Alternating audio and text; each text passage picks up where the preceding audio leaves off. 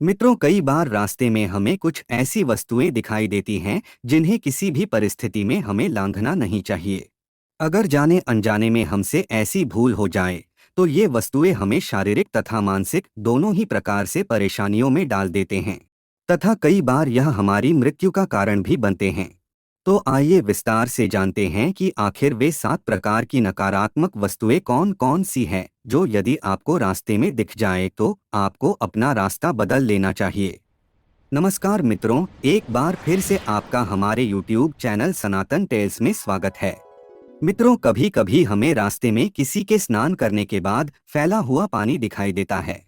वैसे देखा जाए तो वह सिर्फ गंदा पानी है जिसे आप चाहें तो लांघ कर भी जा सकते हैं। लेकिन विष्णु पुराण के अनुसार यह मात्र गंदा पानी नहीं बल्कि इससे भी कहीं अधिक है। दरअसल हिंदू पुराणों में स्नान के संदर्भ में विस्तार से बताया गया है। इसमें बताया गया है कि किसी भी मनुष्य के द्वारा 4 प्रकार के स्नान किए जाते हैं: मुनि स्नान, मानव स्नान, देव स्नान और राक्षसी स्नान। इसमें राक्षसी स्नान सबसे निम्न कोटि का स्नान है। साथ ही इसमें यह भी बताया गया है कि स्नान से न सिर्फ आपके दिखाई देने वाले इस भौतिक शरीर की बल्कि इससे आपके सूक्ष्म शरीर अर्थात ऊर्जा से बने ऐसे शरीर जो अस्तित्व में तो है लेकिन दिखाई नहीं पड़ते, उनकी भी अशुद्धियां धुलकर इस जल में मिल जाती है। और ऐसे में जब कोई व्यक्ति इस जल को लांघता है तो दरिद्रता उसके सर पर चढ़ जाती है।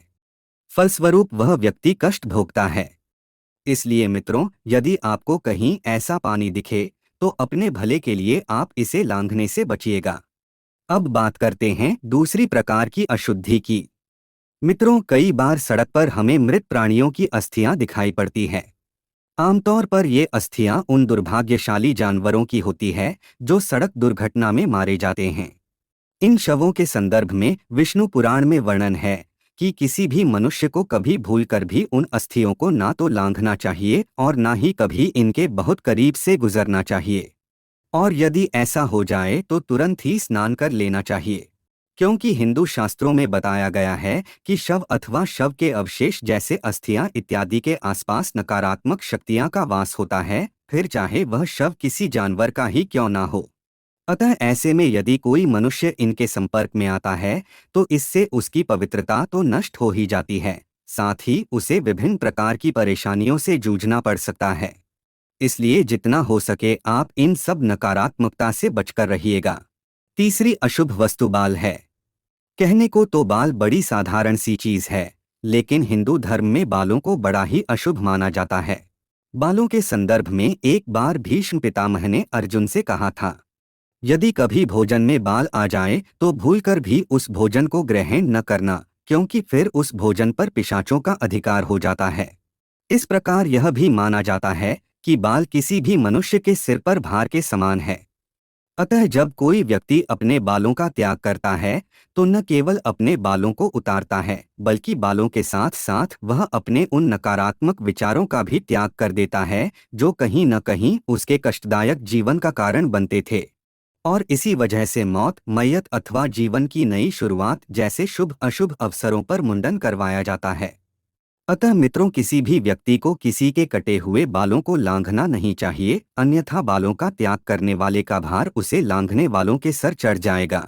अब बात करते हैं चौथी वस्तु भस्म अर्थात राख की। मित्रों, होता यूं है कि जब कभी धार्मिक अनुष्ठान हेतु यज्ञ हवन किए जाते हैं तो भूलवश यज्ञ की राख रास्ते में फैल जाती है। अब चूंकि यह भस्म धार्मिक अनुष्ठान अथवा अग्निदेव की कृपा से उपजी है, अतः यह अत्यंत ही पवित्र होती है।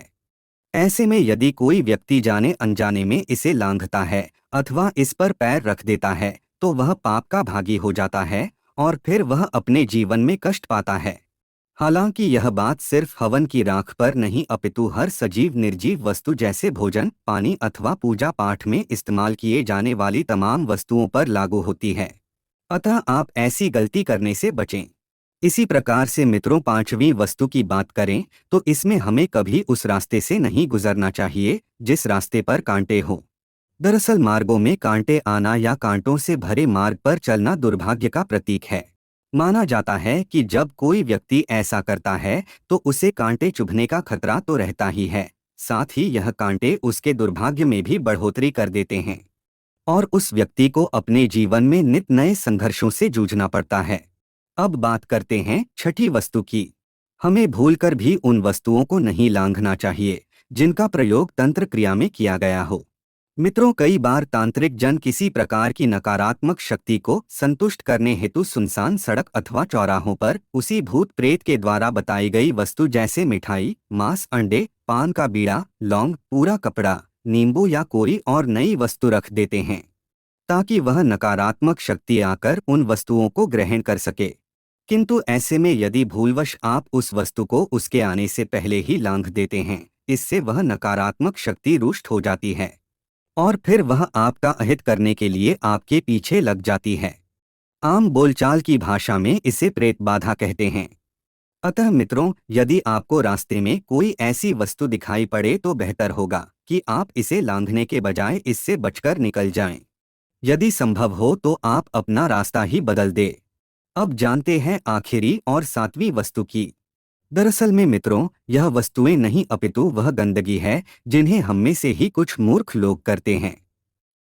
जैसे मलमूत्र, थूक, मैले कुचले कपड़े, टूटे हुए बालों के गुच्छे इत्यादि तमाम ऐसी प्रकार की गंदगी हैं जिन्हें कुछ लोग बिना सोचे विचारे यहाँ वहाँ फैला देते हैं।